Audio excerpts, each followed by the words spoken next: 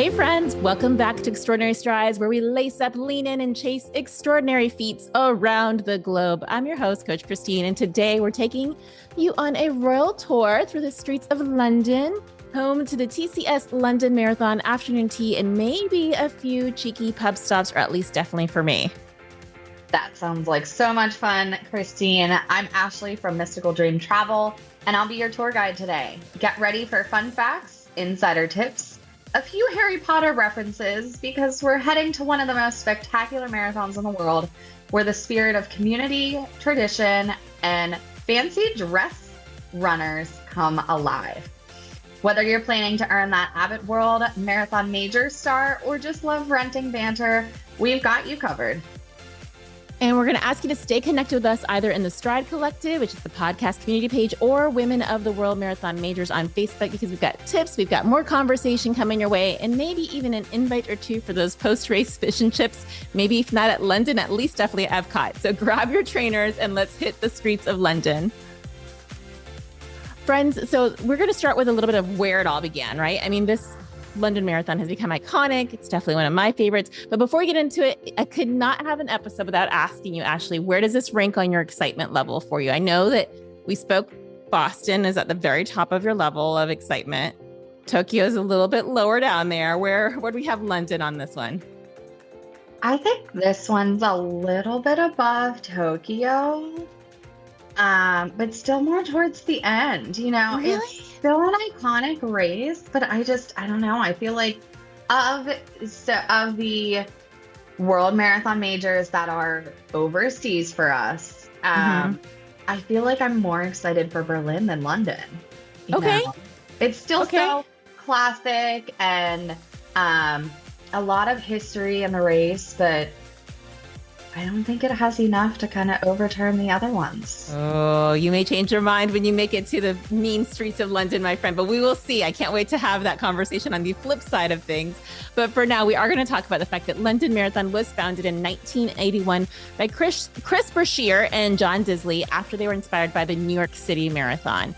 So Brashear wrote in an article for The Observer, and he called the marathon the greatest folk festival the world has ever seen.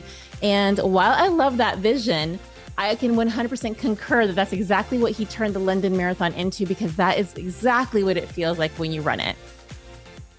In its first year, there were over 20,000 runners that applied, but only 6,747 were accepted. That is a very specific number. You know what's funny is that I still feel like these are the kind of odds that you get. Actually, the odds are probably even better back then, and it's still astronomically small in comparison. It's wild. Absolutely. But today, the London Marathon is one of the world's most competitive marathons to get into.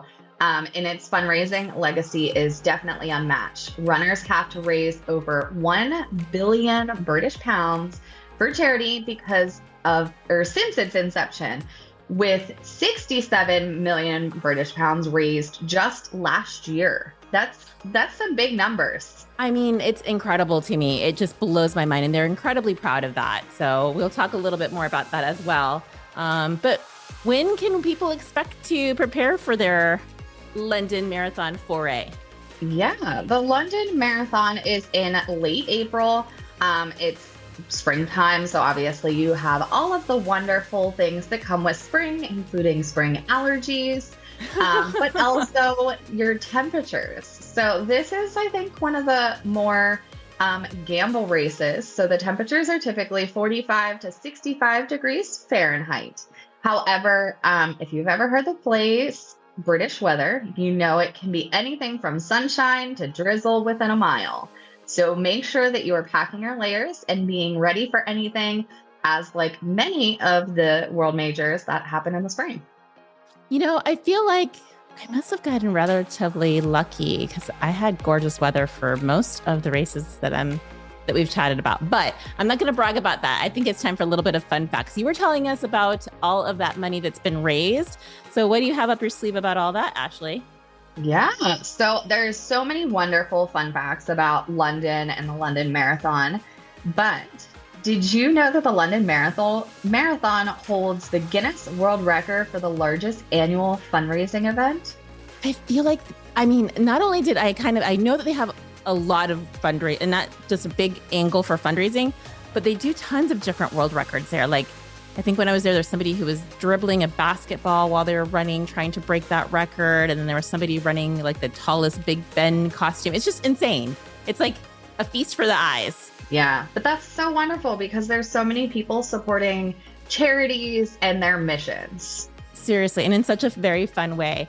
And I think, again, to show even the spirit of the London Marathon, I love the fact that during the inaugural race in 1981, the men's race ended in a tie between Dick Beardsley and Ingy Simonson, and they crossed the finish line holding hands, which makes me, I mean, that's great camaraderie and spirit, but also so iconically London.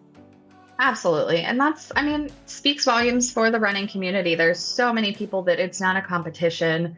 It's everybody's there for the same reasons and having fun. So just kind of ties back to that lovely group of family that we have.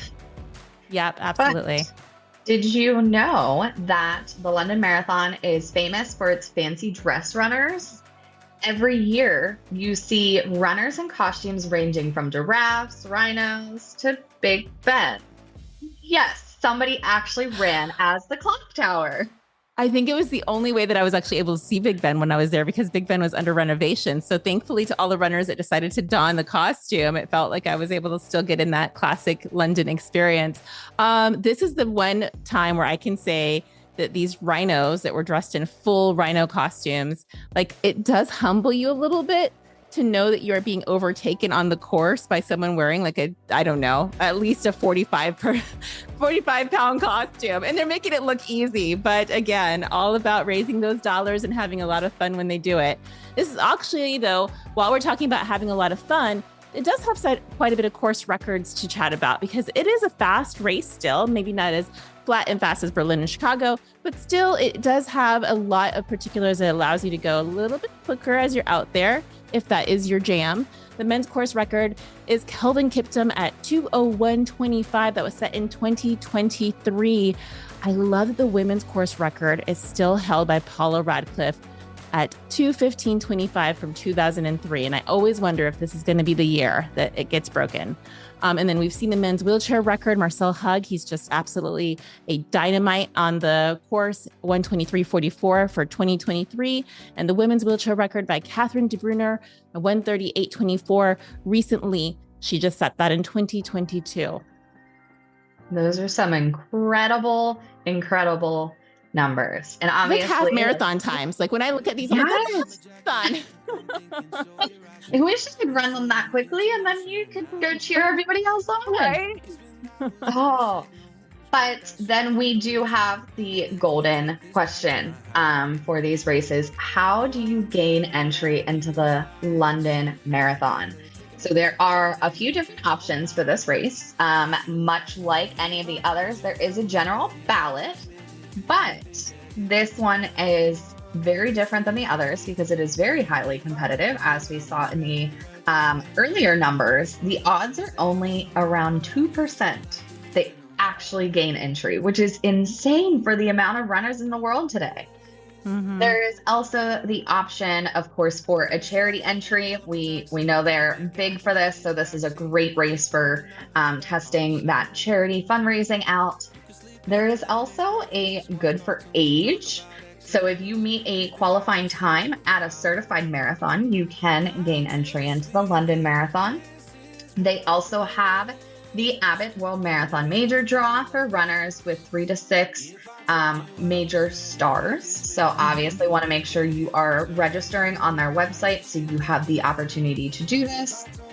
And then they also do have the tour packages. This is something that is great for a lot of people. I know a lot of people that use this to get into the races. So if you are traveling internationally and book with an official tour operator that can kind of give you the whole deal, that is a great option to get into the London Marathon as well. Absolutely. And I think that what we should take into consideration is because that GFA is only allowable for the residents of the UK, that people sometimes get frustrated where they're like, well, if I'm a resident of the country, I can't book these international tours. But again, this kind of evens that playing field where maybe you can't utilize your GFA, which is kind of like their version of VQing, but you can still gain an international tour package option that residents of the UK cannot use. So I think it kind of evens the playing field. And if there is a will, there is a way to get into your golden ticket of this Willy Wonka fun that is the London Marathon. So as we've mentioned before, and I think it's near and dear to both our hearts, is if you don't get into the ballot, you could do the charity system. It's really, truly one of the most robust in the world. These teams are extraordinary in how they can support you. And Ashley, I'm going to ask you, because you've done fundraising quite a few times, do you feel that it adds a layer of complexity, or for you, do you feel like it gives you so much more of a pep in your step during training and the actual race? I think it gives you a little bit more meaning to all of your training miles. You have something that you're supporting a group of people that might not necessarily have this support otherwise. So you're kind of supporting that mission. A lot of them have a lot of great missions out there, but finding one that speaks to your heart makes it easy. It's not an additional challenge or a layer to your training or anything like that, because it comes very natural.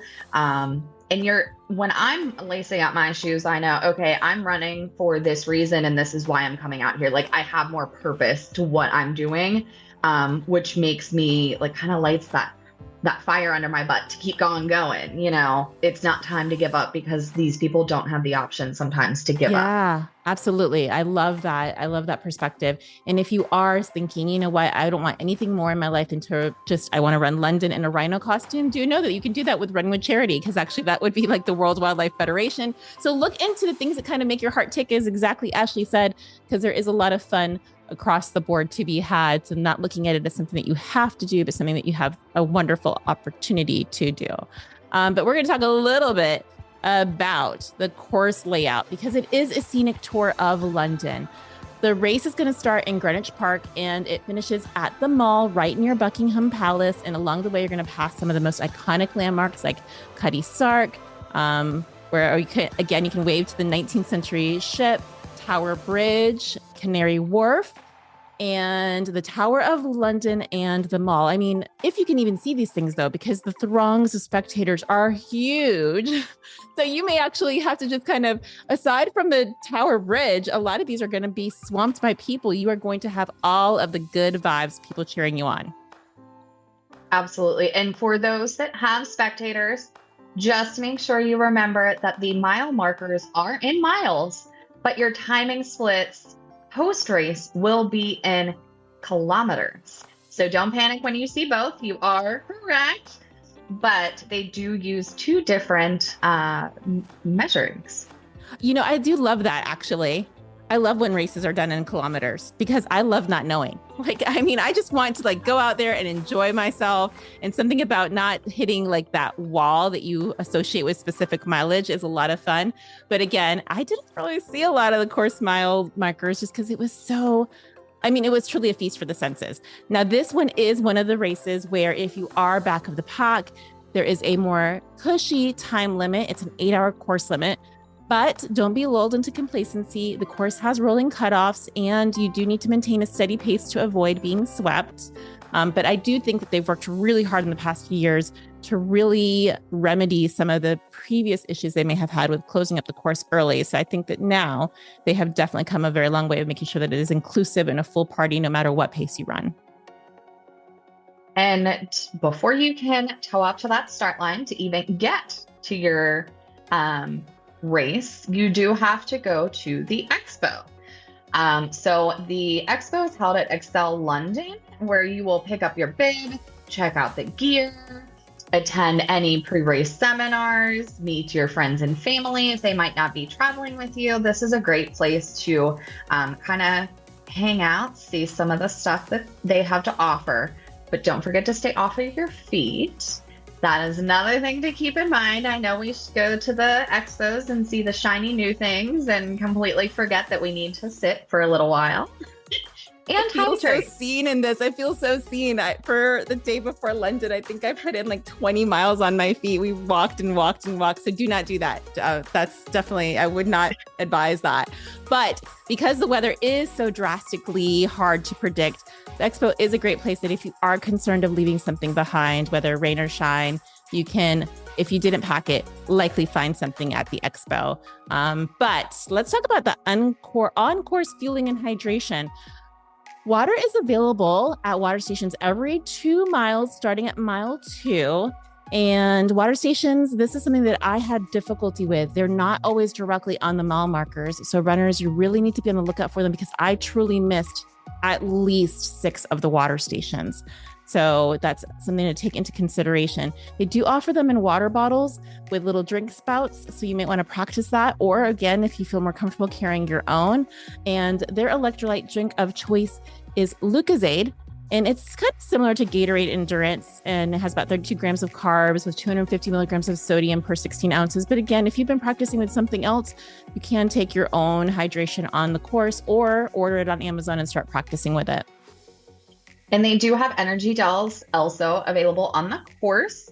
These are towards the end of the race. After that kind of halfway point, runners can have time, can time their gels so they can wash them down with water at nearby water stations because they do plan that accordingly. Or you can do what I did and just go into a convenience store and grab yourself a beer. I mean, literally, I missed the water stations and I needed hydration, so why not? I mean, you only run it once. Exactly. Maybe sometimes more, but most runners are only once, so you got to do it. So truly, if you don't want to be unprepared like I was, you're going to want to carry that hydration pack, that handheld or that waist belt.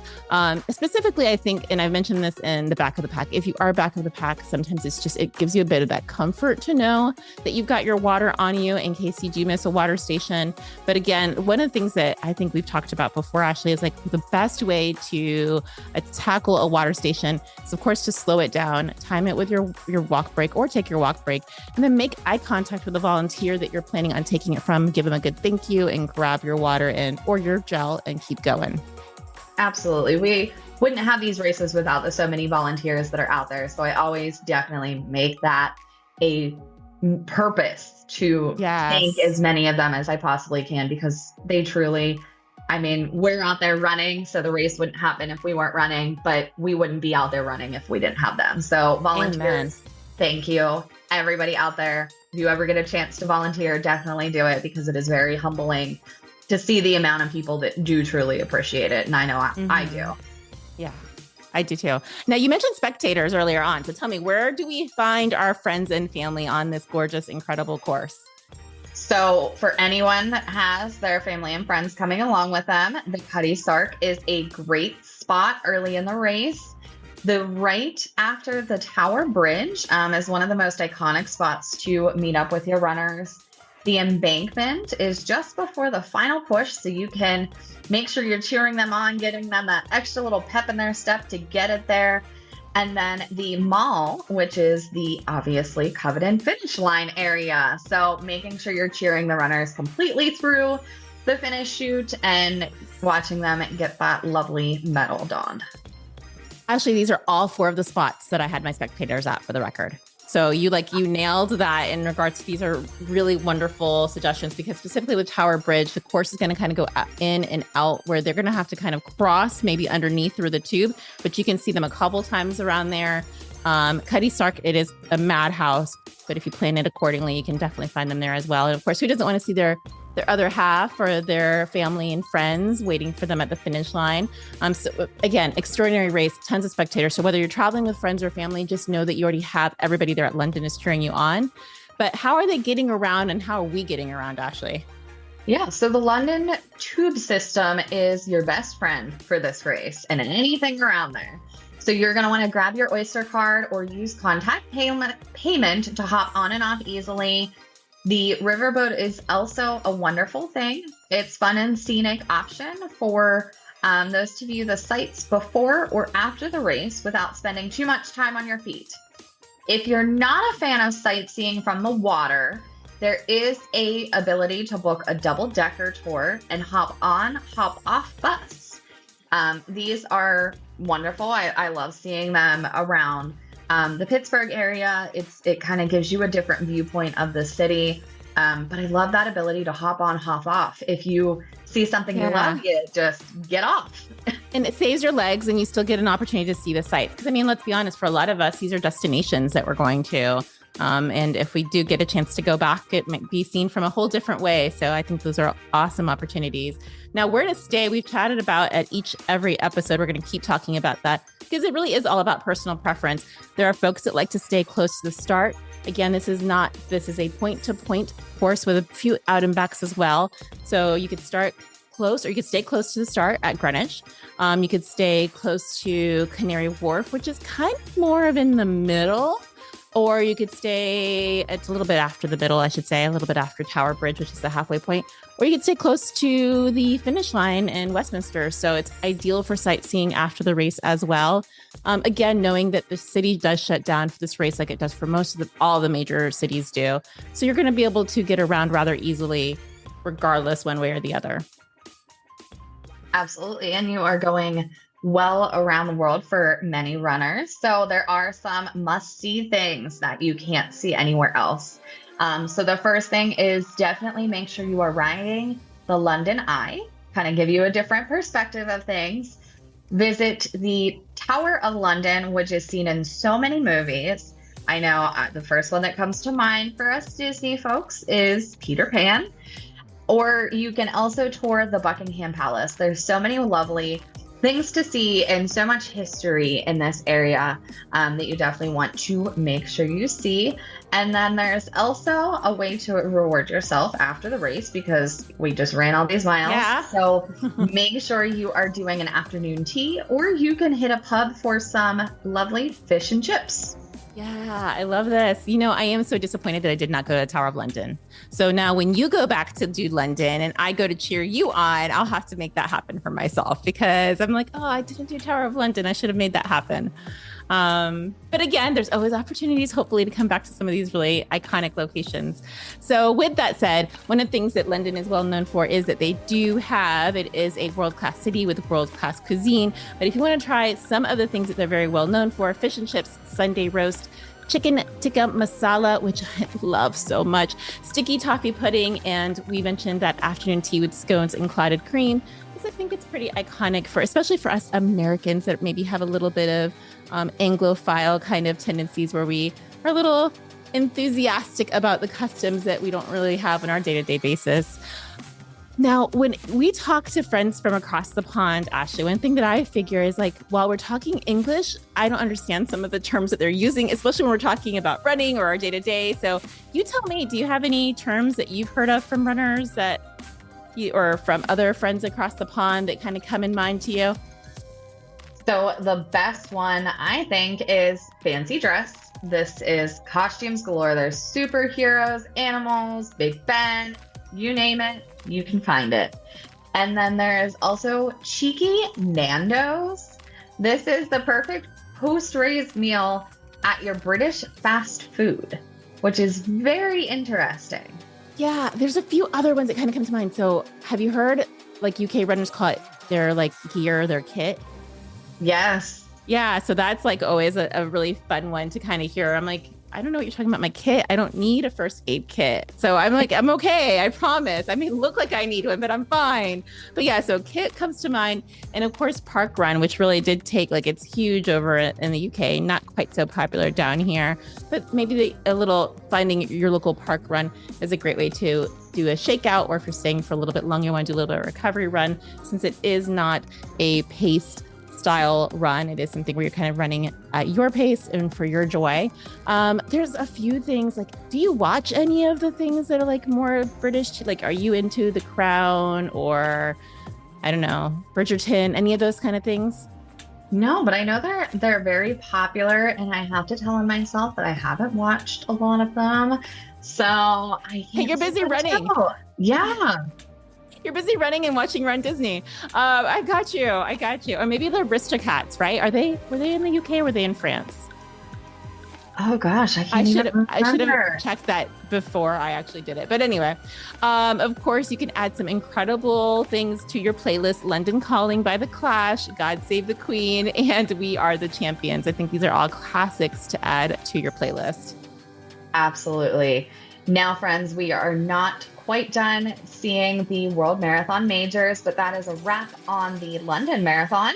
We are aiming for a personal best or planning to run it for fun. London is an experience that you won't want to forget.